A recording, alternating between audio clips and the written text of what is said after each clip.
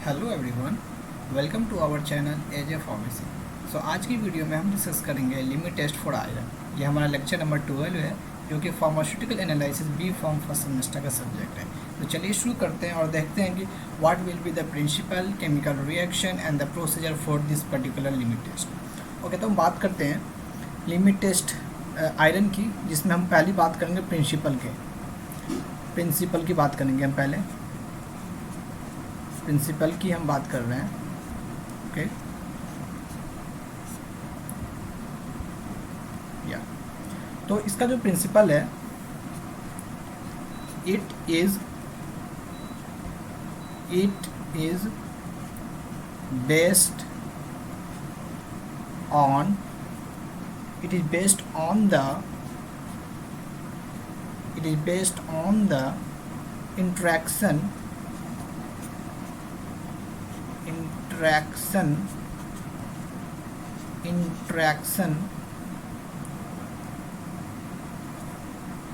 it is based on the interaction of iron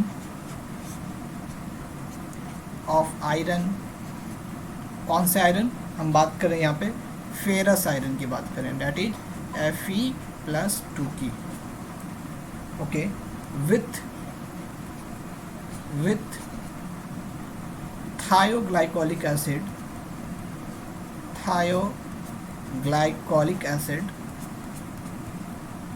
okay, thioglycolic acid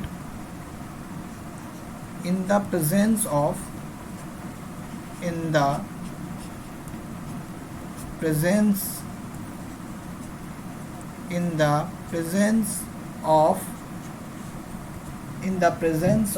citric acid, and ammonia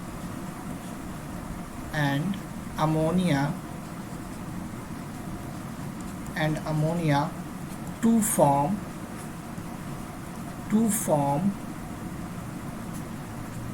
purple colored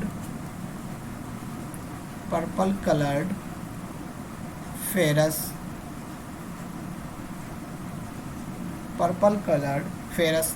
thioglycolate।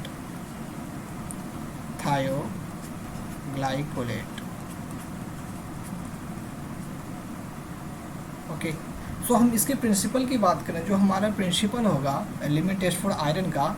सो इसमें हम क्या करते हैं, जो हमारा आयरन है, जो हमारा कौन सा आयरन है? फेरस आयरन है, उसकी हम क्या करते हैं? रिएक्शन कराते हैं थायोग्लाइकोलिक एसिड से, ठीक है, in the presence of citric acid and ammonia. ठीक है, तो जो हमारा क्या बनता है? पर्पल कलर का जो क्या बनता है हमारा? फेरस थायोग्लाइकोलेट बनता है। ओके, तो ये हमारा प्रिंसिपल होगा for the limit test of the iron. Okay, अब हम इसकी ना केमिकल रिएक्शन की बात करते हैं। What will be the chemical reaction for this limit test. हम बात करते हैं केमिकल रिएक्शन की हम बात कर रहे हैं, रिएक्शन। ओके, इसको मैं और ऊपर कर देता हूँ, ठीक है। तो चलिए हम ध्यान से देखते हैं, ठीक है। तो कभी भी आप याद रखना, जो हमारा सैंपल है, ओके, तो हमारा जो सैंपल है उसमें जो ये होता है आयरन होता है, वो दो फॉर्म में हो सकता है। या तो Fe+3 के फॉर्म में होगा, ओके, या Fe+2 के फॉर्म में होगा। ओके, इस चीज़ को आप याद रखोगे। हमारा सैंपल दोनों फॉर्म में हो सकता है, इस फॉर्म में भी हो सकता है और इस फॉर्म में भी हो सकता है। ओके, ठीक है। तो अब हम कराते क्या हैं कि अगर मान लो कि हमारा जो सैंपल है कि वो क्या है कि Fe+3 के फॉर्म में है, इसको हम क्या नेमिंग दे देते हैं? नेमिंग कर दो इसकी आप, है ना। इसको हम क्या बोलते हैं? फेरिक आयन, है ना। हम इसकी क्या नेमिंग करेंगे? हम इसकी नेमिंग करेंगे फेरस आयन, है ना। तो हम ये कह रहे हैं कि जो हमारा सैंपल जो हमारा आयरन होगा दोनों फॉर्म में हो सकता है, Fe+3 के फॉर्म में भी हो सकता है या Fe+2 के फॉर्म भी हो सकता है। तो हमारा सबसे पहला केमिकल रिएक्शन क्या होता है, हमने यूज किया किस चीज़ का, आपको याद होना चाहिए, थायोग्लाइकोलिक एसिड का यूज किया, ठीक है। दूसरा हमने यूज किया सिट्रिक एसिड का यूज किया, और तीसरा हमने अमोनिया का यूज किया। तो यहाँ पे जो थायोग्लाइकोलिक एसिड का यूज है, ठीक है, तो क्या यूज है कि अगर मान लो कि हमारे सैंपल में आयरन किस फॉर्म में, Fe+3 के फॉर्म में है, तो ये क्या करता है, हमारा थायोग्लाइकोलिक एसिड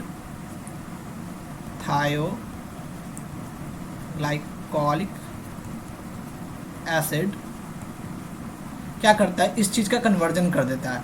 अगर वो फेरिक के फॉर्म में तो उसको क्या कन्वर्जन कर देता है, उसका फेरस के फॉर्म में कन्वर्जन कर देता है आयरन का। ओके, ये पहला काम है यहाँ पे थायोग्लाइकोलिक एसिड का। अब क्या होता है, इस जो फेरस आयरन है उसकी, ठीक है, फर्दर केमिकल रिएक्शन होगी। ओके, इसका फर्दर केमिकल रिएक्शन होगा किससे, मैं यहाँ पे लिख रहा हूँ TA, that is थायोग्लाइकोलिक acid. Okay, मैं इसको नीचे कर देता हूँ, ऊपर की मैं सिट्रिक एसिड पहले यहाँ लिख देता हूँ मैं, ठीक है, TA है ना, थायोग्लाइकोलिक एसिड। ओके, तो इसका फॉर्मूला क्या होता है, इसका फॉर्मूला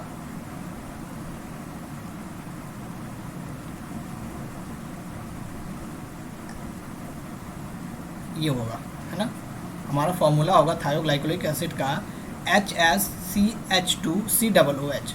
ओके, तो इसको याद करने का सिंपल सा तरीका देखो, है ना, सिंपल सा क्या तरीका हो सकता है, याद है ना हमें, एसिटिक एसिड। तो हमने किया क्या है, क्योंकि एसिड है ना, COOH है ना, तो एसिटिक एसिड में क्या करो, एक यहाँ से हाइड्रोजन निकाल दो, है ना। तो हमने एसिटिक एसिड में से एक हाइड्रोजन निकाल दिया, तो बचा क्या, CH2COOH, है ना। और आप नाम में देखो क्या है यहाँ पे, थायो, है ना, आपने ये पढ़ा होगा हेट्रोसाइक्लिक, अगर आपने पढ़ा होगा तो कुछ ऐसा कंपाउंड बनता था हमारा, है ना, बनता था ना, इसके रिंग के अंदर होगा ये, है ना। इसको हम लोग क्या बोलते थे, थायोफिन बोलते थे, है ना, थायोफिन बोलते थे इसको। ओके, तो रिंग के अंदर जो क्या हो था, ये हो दूसरा कोई एटम होता था, हमने क्या बोला था, उसको हेट्रोसाइक्लिक कंपाउंड बोलते थे। तो ये जो थायो ये क्या रिप्रेजेंट करता है, ये रिप्रेजेंट करता है सल्फर को, है ना। तो यहाँ पे आप ध्यान से देखो, क्योंकि यहाँ पे क्या है, थायो ग्रुप है ना, तो डेफिनेटली यहाँ पे क्या आएगा, S आएगा, है ना। और जो हमारा एक H बच गया था एसिटिक एसिड का, यहाँ पे फिर से पुट अप कर दो, ये तो फॉर्मूला बन गया थायोग्लाइकोलिक एसिड का, है ना। यहीं पे हम क्या करें, CH2COOH, यहीं पे हमने क्या कर दिया, OH डाल दिया, तो यही हमारा क्या बन जाएगा, ग्लाइकोलिक एसिड, है ना। तो इस तरीके से हम क्या कर सकते हैं, फॉर्मूले को याद कर सकते हैं, है ना। तो मैं इसको इरेज कर देता हूँ, मैंने आपको इसको समझाने के लिए यहाँ पे थोड़ी सी एक्सप्लेनेशन की थी।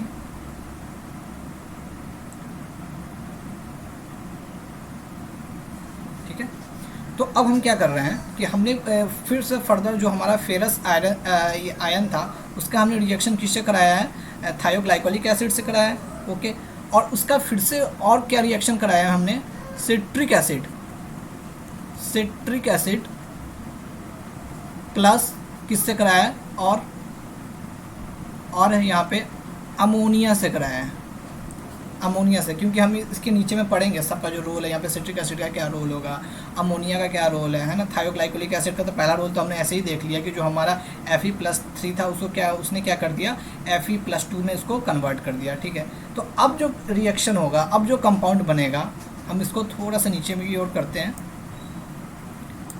ठीक है, तो अब जो कंपाउंड बनेगा यहाँ बन रहा है, ठीक है, तो ये हमारा बनेगा फेरस थायोग्लाइकोलेट, और इसका फॉर्मूला क्या होता है, इसका फॉर्मूला होगा, ठीक है, HSCH2COO होल ट्वाइस Fe, है ना, क्योंकि यहाँ पे देखो आयरन के पास कितनी वैलेंसी है, यहाँ जो फेरस के पास कितनी वैलेंसी है, 2 वैलेंसी है।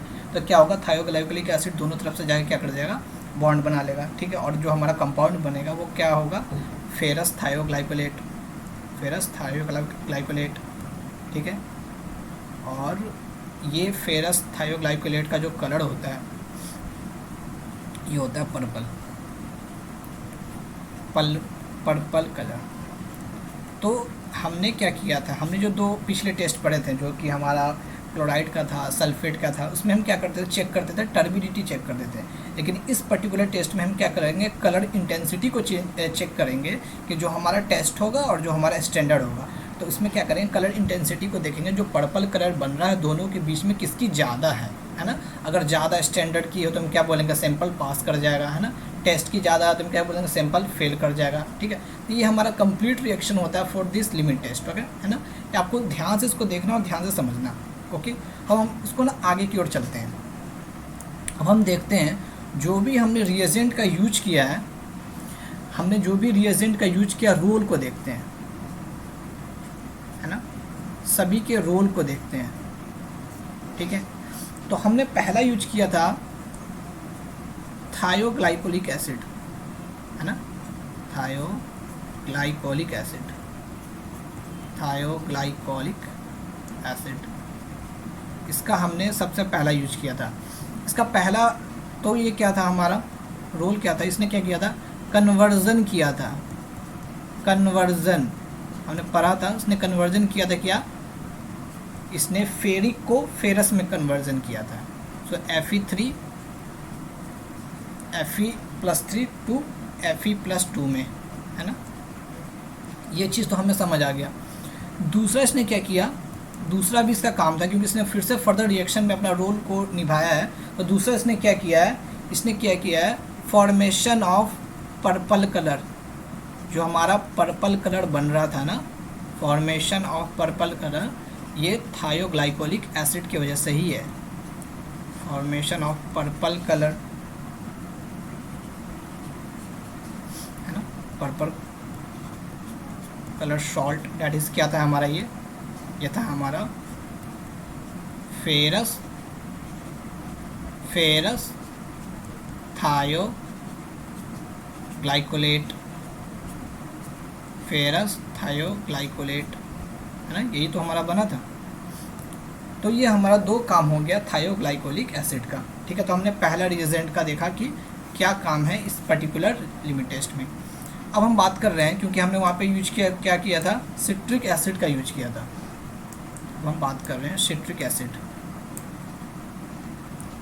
हमने यूज किया है सिट्रिक एसिड का, सिट्रिक एसिड, ठीक है। सिट्रिक एसिड का काम क्या है, इसका काम जो है देख लेते हैं। प्रिवेंट करता है, ये prevent precipitation of iron with ammonia, with ammonia, है ना, विथ अमोनिया। अब ध्यान से देखो होगा क्या, यहाँ पे देखो केमिकल रिएक्शन के ऊपर हम फिर से जाते हैं, ठीक है। तो हमने क्या किया, यहाँ पे जो हमने क्या किया है, अमोनिया का यूज किया है, ओके। तो अमोनिया का हमने क्या किया, यहाँ पे यूज किया है, ठीक है। हम आगे की ओर जब चलेंगे तो आपको पता चलेगा अमोनिया का यूज क्यों किया है, क्योंकि हम क्या करना होता है, इस रिएक्शन को अल्कलाइन मीडियम बनाने के लिए हमने अमोनिया का यूज करते हैं हम इस पर्टिकुलर टेस्ट में। तो हमने अमोनिया का जब यूज किया है तो क्या हो सकता है, एक प्रॉब्लम है, अमोनिया क्या कर सकता है, आयरन के साथ सॉल्ट बना सकता है, प्रेसिपिटेट बना सकता है ना। अगर ये सॉल्ट बना लेगा तो डेफिनेटली क्या होगा, यहाँ पे फेरस थायोग्लाइकोलेट तो बनेगा नहीं, है ना। फेरस थायोग्लाइकोलेट नहीं बनेगा तो हम क्या कर, कलर जो पर्पल कलर है वो आएगा ही नहीं, है ना। और जब पर्पल कलर आएगा ही नहीं तो हम टेस्ट को क्या कर सकते हैं, एग्जामिन नहीं कर पाएंगे, है ना। तो सिट्रिक एसिड का यहाँ पर सिंपल सा काम है कि जो अमोनिया और आयरन के बीच में जो भी अगर प्रेसिपिटेशन होना है या सॉल्ट बनना है उसको वो प्रिवेंट करता है, ओके। तो यही चीज़ हमने नीचे आपको लिख के बताया कि it prevent the precipitation of iron with ammonia, okay. और हम बात कर रहे हैं तीसरे रिएजेंट की, जो कि था हमारा एजेंट यूज हुआ है वो है अमोनिया। अमोनिया क्या कर रहा था, अमोनिया क्या करेगा, अल्कलाइन मीडियम देगा, अल्कलाइन मीडियम देगा फॉर दिस रिएक्शन। यही काम होता है अमोनिया का in this reaction for the limit test of the iron, है ना। तो हमने क्या देखा कि रिएक्शन को देखा, है ना, हमने प्रिंसिपल को समझा, और हमने क्या समझा कि जो भी हमने यूज किया है उस पर्टिकुलर रिएक्शन में, जो भी हमारे रिएजेंट होंगे, जो भी हमारे एजेंट्स होंगे, है ना, आयरन के साथ, है ना, उनका क्या क्या रोल है। ओके, हमने ये चीज़ समझ लिया। अब हम इस टेस्ट को परफॉर्म करने का प्रोसीजर क्या होगा वो देखेंगे, जो कि सबसे इम्पॉर्टेंट है, जो कि सबसे इम्पॉर्टेंट है। तो अब हम देख रहे हैं, हम बात कर रहे हैं प्रोसीजर की, ठीक है। तो हम बात कर रहे हैं प्रोसीजर की। मैं इसको और ऊपर कर देता हूँ, और मैं इसको थोड़ा साइड कर देता हूँ। यस, तो हम बात कर रहे हैं प्रोसीजर की, प्रोसीजर की, ठीक है, हम बात कर रहे हैं प्रोसीजर की। ओके, तो अब हम करेंगे क्या, हम एक साइड क्या करेंगे, एक साइड टेस्ट ले लेंगे, जैसे हमने पिछले के टेस्ट में किया था ना, वीडियो के ये लिमिट टेस्ट में, एक जगह टेस्ट ले लिया, एक जगह हम क्या ले लेंगे, स्टैंडर्ड ले लेंगे, है ना। ये भी कहाँ होगा, नेज़ला सिलेंडर अपरेटस में ही होता है ना। तो अब हम पहला काम क्या कर रहे हैं, अब ध्यान से देखो, पहला काम जो हम करेंगे, सैंपल लेंगे, सैंपल को लेंगे प्लस उसमें वाटर ऐड करेंगे, एंड उसको क्या कर देंगे, हम डिज़ोल्व करेंगे, वी विल डिज़ोल्व। ओके, तो ये हमारा पहला स्टेप कंप्लीट होगा टेस्ट के अंदर। अब हम स्टैंडर्ड के अंदर क्या करेंगे, स्टैंडर्ड के अंदर, सॉरी मैं इसको बंद कर देता हूँ। स्टैंडर्ड के अंदर हम क्या करेंगे, हमने लेना है 2 ml standard, 2 ml standard solution of iron, that is क्या होगा, 20 ppm। अगर मैं जहाँ भी कंसंट्रेशन की बात कर रहा हूँ ना, उसको आप ध्यान से देखना, ये ppm बहुत इंपॉर्टेंट हो जाता है ना। तो अब ये हमने क्या करना है, 20 ppm का हम क्या करेंगे, स्टैंडर्ड सॉल्यूशन बनाएंगे आयरन का, और उसमें से क्या करेंगे, 2 ml लेंगे और स्टैंडर्ड वाले टेस्ट नेज़ला सिलेंडर में हम डाल देंगे। अब एक क्वेश्चन और आता है कि 20 ppm का बनाते कैसे हैं, है ना। तो इसके लिए मैं थोड़ा सा आपको रिव्यू दे देता हूँ, समझ आ जाए आपको बेटर तरीके से। मैं इस साइड में समझाता हूँ आपको, ठीक है। तो हम जब बात करते हैं कि कोई भी टेस्ट की, तो ये तो बहुत मॉलिक्यूलर लेवल पे बात होती है ना, कि क्योंकि अगर हम बात करें तो बहुत फार्मास्यूटिकल कंपनीज़ में भी बात होती है कि हम टेस्ट कैसे करना है, तभी तो हम किसी भी सैंपल को पास करते हैं कि हाँ ये it's good for the consumer, it's satisfy for the consumer, है ना। तो उसमें क्या होता है, ऐसा नहीं होता कि हम 2 ml का मतलब 10 ppm का बना लें, 15 ppm का बना लें, ऐसा नहीं होता। उसमें होता क्या है, अगर हम बात करें इंडस्ट्रियल लेवल पे, अगर हम बात करें तो होता है क्या वहाँ पे, कि वहाँ पे ना 1000 ppm का ही बना दिए जाते हैं, और उसमें से क्या होता है, थोड़े थोड़े लेके हम क्या करते हैं, उसका यूज करते रहते हैं। ओके, तो इसको बनाने का आपको फंडा हमेशा याद रखना कि क्या होता है, ppm equal to weight of solute upon solution, कितने हमें सॉल्यूशन बनाने हैं, okay, into 10 to the power 6। Okay, तो हमने बनाने कितने, 1000 ppm, है ना। पहले हम बनाएंगे 1000 ppm, ओके। और वेट ऑफ सॉल्यूट हुए हमें पता नहीं है, तो x मान लेते हैं। हमने कितने सॉल्यूशन में उसको करना है डिज़ोल्व, 100 ml में करना है, ठीक है। तो ये हो जाएगा हमारा 10 to the power 6। इसको सॉल्व करेंगे, ओके, तो ये क्या हो जाएगा 10 to the power 5, क्योंकि ये दोनों एक दूसरे से क्या हो जाएंगे, मल्टीप्लाई, और ये दोनों एक दूसरे से ये हो जाएंगे, है ना। जब हम ये करेंगे ये दोनों एक दूसरे से क्या हो जाएंगे, डिवाइड में आ जाएंगे, तो ये हमारा आ जाएगा, है ना। और हम इसको जब सॉल्व करेंगे तो ये क्या आ जाएगा, 10 to the power -1, जिसको हम क्या लिख सकते हैं, 0.1 ग्राम। और इस 0.1 ग्राम को हम क्या कह सकते हैं, 100 mg, ठीक है। तो हम क्या करेंगे, 100 mg लेंगे और उसको डिज़ोल्व कर देंगे 100 ml ऑफ वाटर में, 100 ml ऑफ वाटर में क्या इसको क्या करना है, इसे हमने डिज़ोल्व कर देना है। तो हमारा कितने ppm का बन जाएगा, 1000 ppm का बन जाएगा हमारा सॉल्यूशन, है ना। और इसी चीज़ को हम क्या बोलते हैं, स्टॉक सॉल्यूशन, क्योंकि हम इसको स्टॉक में रख रहे हैं, stock solution, stock solution. Okay. और हम बात करें जो एपरेटस यूज करते हैं, वॉल्यूमेट्रिक इस तरीके का एपरेटस होता है, ठीक है। और इसमें हम क्या करते हैं, इसको स्टोर करते हैं।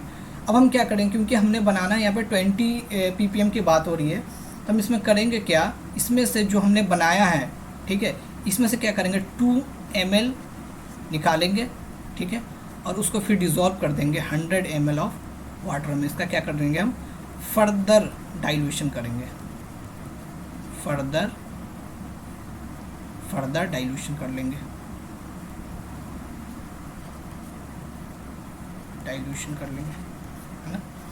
और फर्दर डाइल्यूशन कर लेंगे तो हमारा क्या बन जाएगा, 20 ppm का सॉल्यूशन बन जाएगा। अगर आपको इस चीज़ को ये करना है, चेक करना है कि हमने सही बनाया, तो क्या करो, हमने क्या किया था, 2 ml लिया, ठीक है, कितने में डिज़ोल्व किया, हमने डिज़ोल्व किया है 100 में, और हमारा टोटल सॉल्यूशन कितने का था, 1000 ppm का, है ना। ये 2 0 से 2 0 कैंसिल, कितना बच गया, 20। तो हमने क्या बनाया, 20 ppm का सॉल्यूशन बनाया। तो इस तरीके से हम क्या कर सकते हैं, 20 ppm का सॉल्यूशन बना सकते हैं। मैंने आपको इसका बस एक छोटा सा रिव्यू दिया है। ओके, मैं इस पर एक पर्टिकुलर वीडियो बनाऊंगा जिस पे हम क्या करेंगे, रिएजेंट की प्रिपरेशन पे ही हम बात करेंगे, जो डिफरेंट कंसनट्रेशन पे कैसे कैसे बनाएंगे, और ईजी तरीके से इस चीज़ को हम जरूर समझेंगे। ओके, तो मैं इसको कर देता हूँ इस साइड का इरेज। ठीक है, तो इस तरीके से हमने समझा कि हमने स्टैंडर्ड सॉल्यूशन कैसे बनाना है आयरन का। ओके, 20 ppm का। ठीक है, तो हमने पहला स्टेप कंप्लीट किया स्टैंडर्ड के अंदर। अब हम टेस्ट के अंदर दूसरा स्टेप करेंगे। हम करेंगे क्या, अच्छा रुको, इस स्टेप से पहले ना एक और चीज़ कर लो। इसको क्या करना, डिज़ोल्व करने के बाद ना up to 40 ml water fill कर दो, 40 ml वाटर। ओके, और सेम टू सेम इसमें भी कर दो, अप टू 40 ml वाटर। ठीक है, हम दूसरे स्टेप की अब बात कर लेते हैं। और हमारा जो दूसरा स्टेप होगा, इसमें क्या करेंगे हम 2 ml 20% weight by volume citric acid लेंगे। 2 ml 20% weight by volume citric acid लेंगे, जो कि क्या होना चाहिए, आयरन फ्री होना चाहिए, जो कि हमारा होगा, it should be iron free. Iron का कोई भी इसमें कंटामिनेशन नहीं होना चाहिए। और सेम काम यहाँ हम भी करेंगे, स्टैंडर्ड के साथ भी करेंगे। 2 ml 20% weight by volume citric acid लेंगे, सिट्रिक एसिड लेंगे, है ना। ये भी कैसा होना चाहिए हमारा, आयरन फ्री, है ना, सेम यूज कर रहे हैं हम, फ्री। ओके, अब हम थर्ड स्टेप के बारे में बात करें कि हमारा जो ये टेस्ट के अंदर जो हमारा थर्ड स्टेप होगा वो क्या होगा, कि अब हम करेंगे जो 1 ml थायोग्लाइकोलिक एसिड लेंगे, 1 ml थायोग्लाइकोलिक एसिड टेस्ट के अंदर। ओके, और सेम टू सेम काम हम किसके साथ करेंगे, हम सेम टू सेम काम करेंगे हमारे स्टैंडर्ड के साथ भी। 1 ml थायोग्लाइकोलिक एसिड, TMS को लिख देता हूँ। Okay, थायोग्लाइकोलिक acid. ओके, अब हम फोर्थ स्टेप में बात करें, तो अब हम फोर्थ स्टेप में क्या करेंगे, टेस्ट के अंदर ऐड करेंगे अमोनिया सॉल्यूशन, NH3 सॉल्यूशन। अच्छा, इसमें क्वेश्चन होता है कब तक करेंगे, है ना। तो कब तक करेंगे, अनटिल, याद रखना, until the solution becomes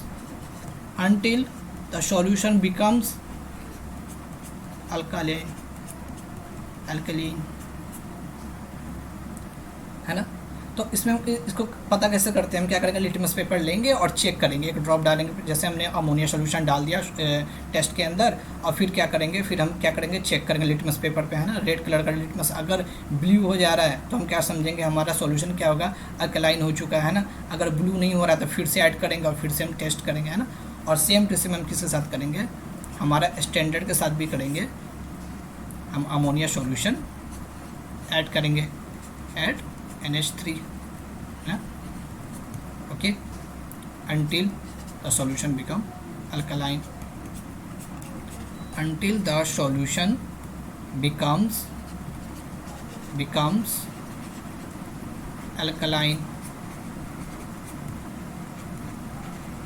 until the solution become alkaline, okay।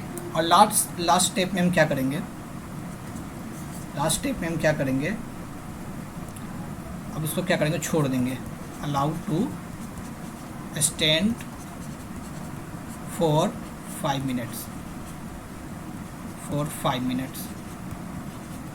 5 minutes, and same यहाँ भी कर लेंगे, है ना, यहाँ भी मिलेगा तो सेम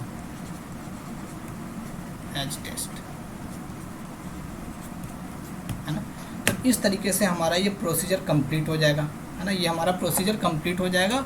और हम फिर क्या करेंगे, जब हमारा ये कंप्लीट हो जाएगा 5 मिनट के बाद हम क्या करेंगे, कलर की इंटेंसिटी को देखेंगे, है ना। अगर मान लो कलर की इंटेंसिटी जो हमारी टेस्ट की क्या है, कम है, कमी रहती है ज़्यादातर केस में, कम है, स्टैंडर्ड की ज़्यादा है, तो हमारा टेस्ट क्या करेगा, हमारा टेस्ट क्या कर जाएगा, लिमिट टेस्ट को पास कर जाएगा। और यहाँ पे बात हो रही है हमारी कलर इंटेंसिटी, मैं इसको लिख देता हूँ, पर्पल कलर इंटेंसिटी, यहाँ पे हम चेक कर रहे हैं पर्पल कलर इंटेंसिटी, है ना। और टेस्ट की ज़्यादा है और स्टैंडर्ड की कम है, तो इस केस में जो हमारा ये होगा, सैंपल है, इस लिमिट टेस्ट को क्या कर जाएगा, फेल कर जाएगा। और इसी तरह हम क्या कर सकते हैं, प्रैक्टिकल को भी लिख सकते हैं, जैसे मैंने पिछली की वीडियो में बताया था, ठीक है। सब कुछ वही होगा, बस हम क्या करते हैं, केमिकल रिक्वायरमेंट में चेंजेस आते हैं ना, केमिकल रिक्वायरमेंट में हम डाल दो एपरेटस रिक्वायर्ड, एपरेटस तो सेम ही रहेगा, है ना। आप केमिकल रिक्वायरमेंट में अगर डालोगे तो क्या क्या हो जाएगा, हमारा थायोग्लाइकोलिक एसिड हो गया, सिट्रिक एसिड हो गया, अमोनिया हो गया, है ना, आयरन, स्टैंडर्ड आयरन सॉल्यूशन हो गया, है ना। उसका फिर हम बात करें, एपरेटस तो सेम ही रह जाएगा, है ना। फिर रेफरेंस है, एम है, उसका प्रिंसिपल केमिकल रिएक्शन तो आपको सेम ही चलेंगे, प्रोसीजर भी सेम ही चलेगा। देन हम क्या लिखते हैं इसमें, इन्फेरेंस लिखते हैं, जो ऑब्जर्वेशन होगा, जो भी हमारा क्या कलर जो इंटेंसिटी वो क्या है, कम है या ज़्यादा है ना। फिर लास्ट में हम क्या करते हैं, रिजल्ट लिखते हैं। ये हमारा प्रैक्टिकल पार्ट भी हम इस तरीके से कंप्लीट कर सकते हैं, limit test for the iron का, है ना।